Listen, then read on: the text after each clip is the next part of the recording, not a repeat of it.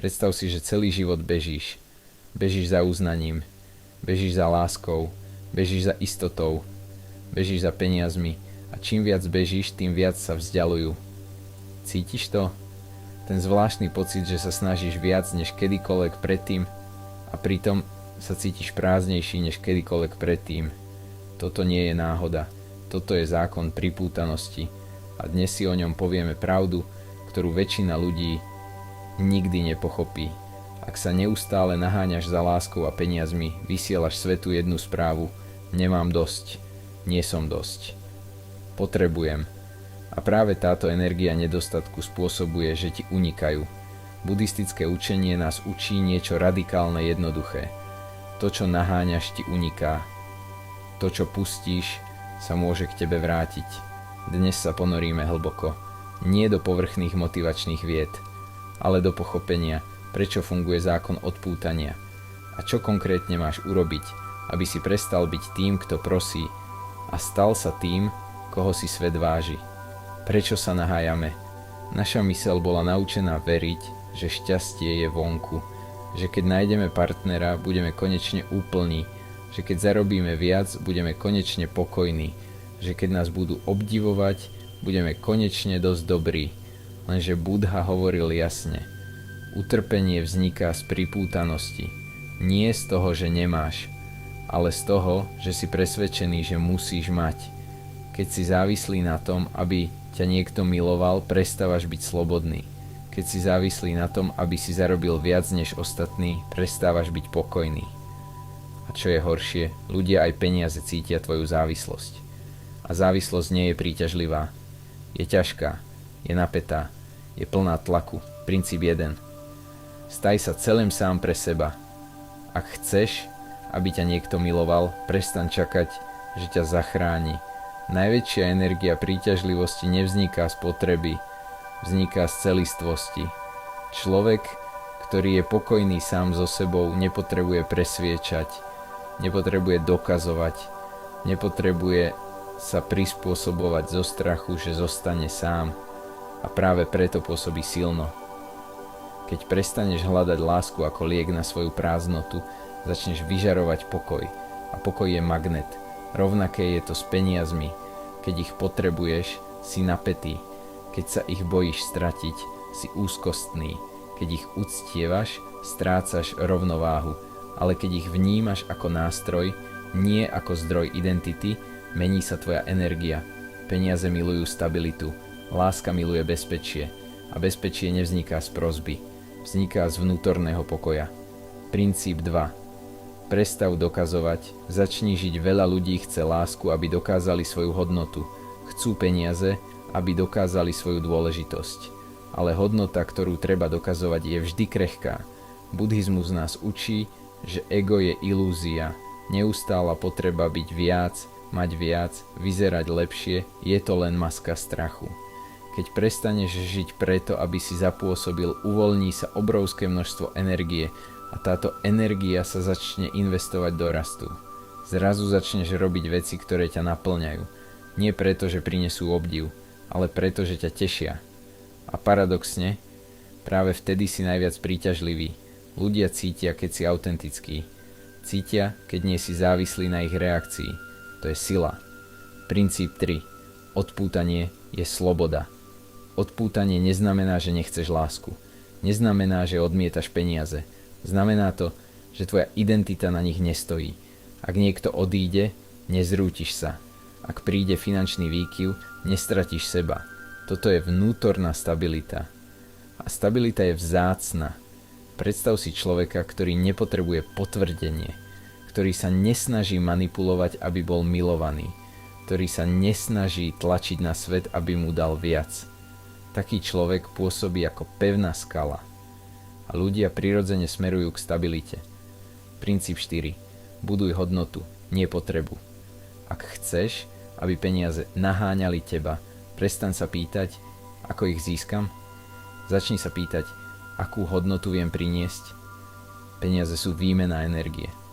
Ak vytváraš hodnotu, ktorá pomáha druhým, peniaze prichádzajú prirodzene.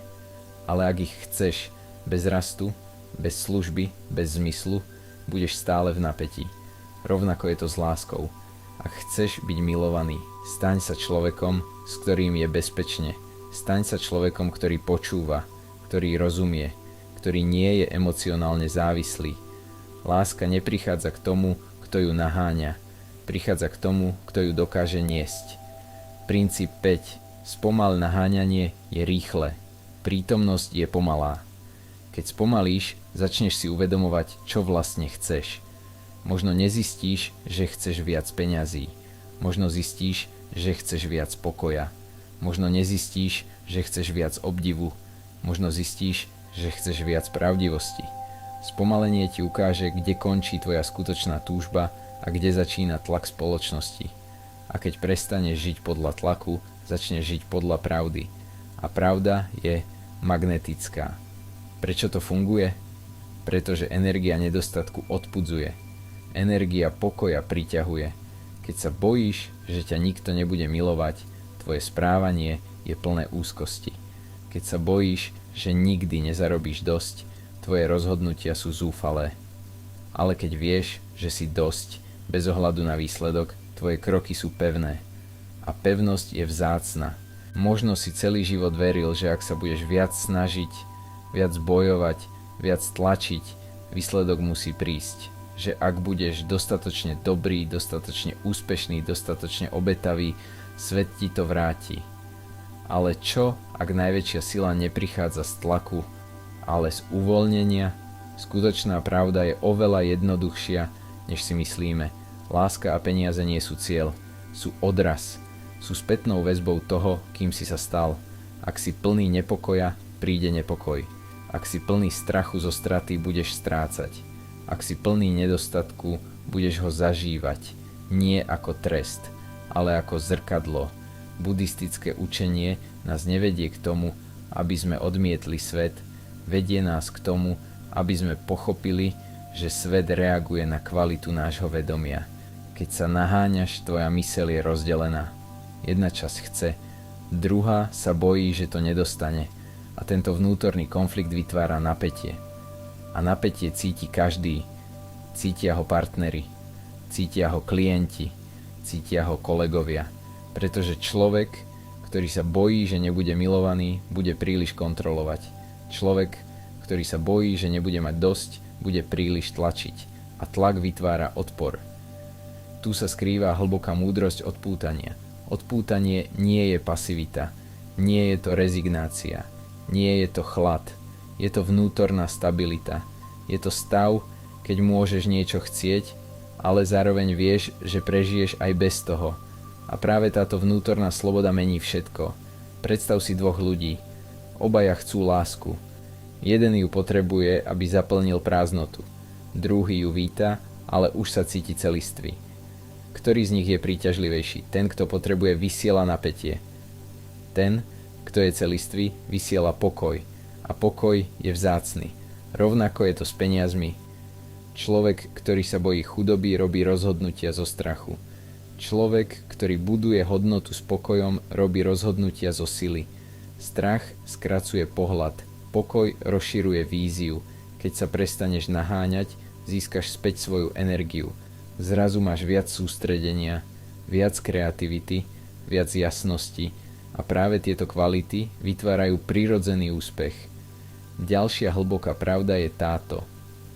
To, čo klmíš pozornosťou, rastie. Ak neustále premýšľaš nad tým, čo nemáš, posilňuješ pocit nedostatku. Ak sa sústredíš na to, čo buduješ, posilňuješ rast. Vnútorný svet predchádza vonkajší. Najskôr sa zmení tvoje myslenie, potom tvoje správanie a až potom výsledky. Mnoho ľudí sa snaží zmeniť výsledky bez toho, aby zmenili zdroj. Ale zdroj je vždy vnútri. Keď sa ráno zobudíš a prvá myšlienka je musím niečo dosiahnuť, aby som bol dosť, vytváraš tlak. Keď sa zobudíš a prvá myšlienka je dnes budem rásť, dnes budem prítomný, dnes budem užitočný, vytváraš silu. Toto je rozdiel medzi naháňaním a priťahovaním. Naháňanie je plné neistoty. Priťahovanie je plné istoty. A istota neprichádza z výsledku.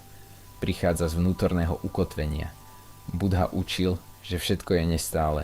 Vzťahy sa menia, peniaze prichádzajú a odchádzajú. Úspech aj neúspech sú dočasné. Ak staviaš svoju identitu na niečom nestálom, budeš vždy v napätí.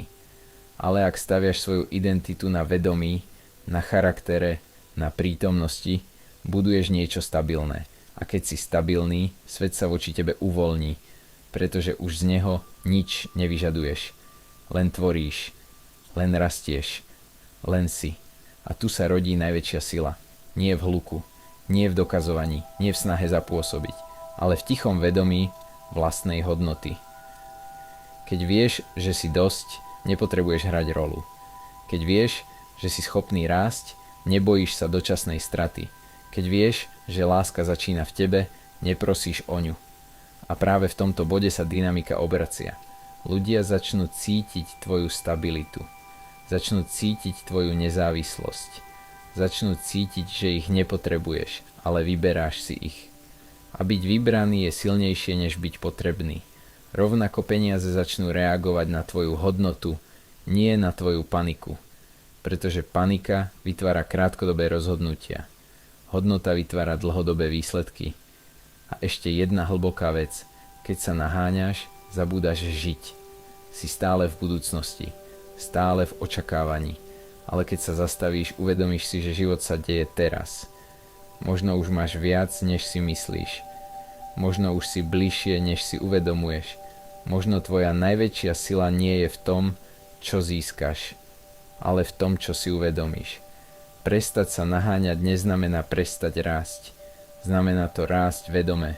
Znamená to konať bez zúfalstva, milovať bez závislosti, tvoriť bez strachu. A keď takto žiješ, vytváraš pole pokoja okolo seba. A do tohto pola vstupujú správni ľudia, správne príležitosti, správne zdroje.